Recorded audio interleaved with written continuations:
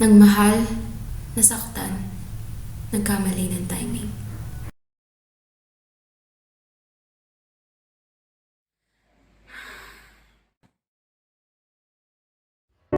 Nakakatuwang isipin kung paano natin minahal ang isa't isa, pero hindi sa magkasabay na panahon, hindi sa magkasabay na pagkakataon. Kagaya ng mga palabas na napapanood natin dati sa mga telenovela, nag-umpisa ang lahat sa isang pagkakaibigan. Nakita kita, nakita mo ako, inalok mo ang kamay mo at tinanggap ko ito. Hindi ko alam na ang kamay na hinawakan ko ay kamay pala ng taong pahahalagahan ko sa matagal na panahon. Wala nang masasolid pa sa nabuo nating pagkakaibigan. Kulitan lang, parang magkapatid, sapakan, harutan. Isang tingin pa lang, alam mo nang sinasabi ng isa't isa. Ito yung klase ng pagkakaibigan na nangingibabaw sa lahat. Ito yung tipo ng pagkakaibigang kinakikiligan ng lahat. At ito rin yung pagkakaibigang iniisip ng iba na sana nabigyan ng chance. Sa paglipas ng panahon, naramdaman ko na may kakaiba sa'yo. Naisip ko, may feelings na ata to. Ayoko mag-assume pero binaliwala ko na lang. Baka kasi loko-loko lang eh. At kung may nararamdaman man ako, hindi ko alam kung ano to. Ayokong alamin kung ano, dahil hindi kakayanin ng puso ko kung sakaling masaktan ako ng ganito. At dahil sa sobrang pagprotekta ko sa puso ko, inunahan ko na ng takbo ang isip mo. Sinambit ko sa harap mo kung gaano kita kamahal at kung gaano ko pinahalagahan ang kung ano mang meron tayo ngayon. At yun ay ang pagkakaibigan.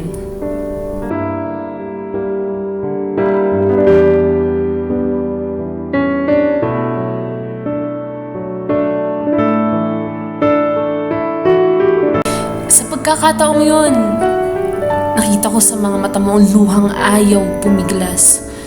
Nakita ko kung paano pinilit ang ting alam kong hindi mo ginagawa noon. Nakakalungkot dahil hindi ko alam kung naiintindihan mo ba ang gusto kong ipaintindi sa'yo.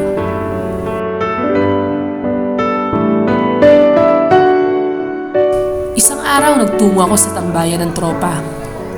Akala ko ayos na tayo at wala nang problema. Pero laking gulat ko nung umakto ka na parang hindi mo ako nakita. Narinig ko sa tropa na sobra kang nasaktan. Oo, naiintindihan kita. Pero sana maniwala ka. Kailanman, hindi ko naging intensyon ang saktan ka. Dumaan ng maraming araw, lumipas ang mga buwan. Hindi ko napansin na lumalakad na bala tayo sa magkabilang dulo ng mundo.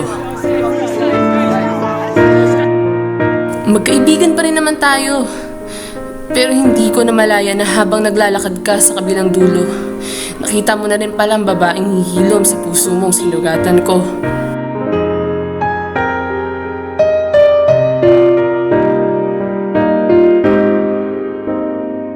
Madalas ko kayo nakikita na masaya, na para bang hindi mo na kailangan ng isang katulad ko sa buhay mo. Palaging ganon, palaging naroroon, hinihintay na ikaw ay tumugon. Kahit alam kong mahirap sa'yo na sa akin ay lumingon. Ayokong ipakita ang sakit. Ayokong ipagsigawan sa mundo ang galit.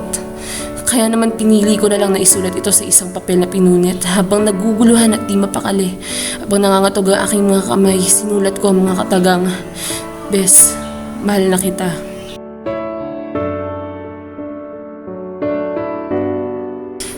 Oo, mahal na kita. Nais ko sanang ibigay ito sa'yo dahil umaasa akong may pagkakataon pa. Dahil naniniwala akong may babalik pa ang dati. Nakita kita, nakita mo ako. Handa na akong ibigay ang nararamdaman ko, ngunit inunahan mo ako.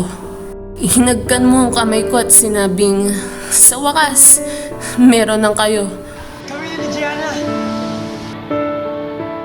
Sobrang saya mo at kita ko sa mga mata mo na sa kanya na rin umiikot ang mundo mo. Hindi mo alam kung gaano kasakit sa puso ko nang umiti na sa pilitan kahit unti-unti na akong pinapatay ng aking nararamdaman. Ganito pala yung pakiramdam ng ginawa ko sa'yo dati. Ilang ulit kong isinaksak sa kokote ko na masaya ka na. Lahat ng sakit na idinulot ko sa'yo noon ay unti-unti nang tumatalbog pabalik sa akin ngayon. Kahit kainin pa ako ng panghihinayang, hindi na maibabalik pa mga pagkakataong nasayang na.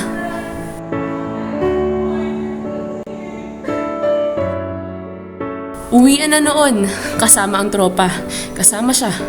Mayroon ka ikinuwento sa akin. Binalikan natin ang mga alaala at panahon na dapat ay sa atin. Binalikan mo ang tanong ng tropa na, paano kaya kung naging tayo? Sasagot na sana ako ng totoo. Nga lang, naalala ko, biroan nga lang pala to. Kaya ngitila lang ang sinagot ko at nagpaalam na rin ako.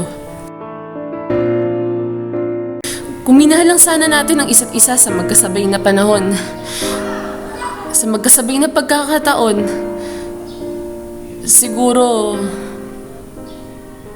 tayo pa rin hanggang ngayon.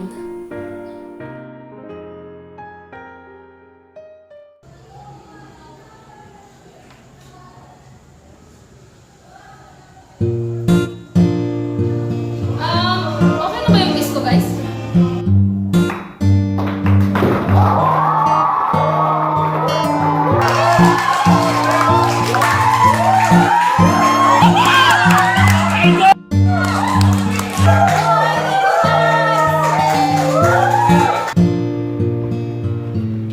Galing mo yan, ha? Panigurado, panalo ka na naman yan. Sus, talaga ba? Gusto mo lang makalibre eh. Hindi, pero... Ito eh. Matuloy ba yan? Hindi ko yun. Sus, kunwari ka pa. Baka naman para sa akin yan, ha?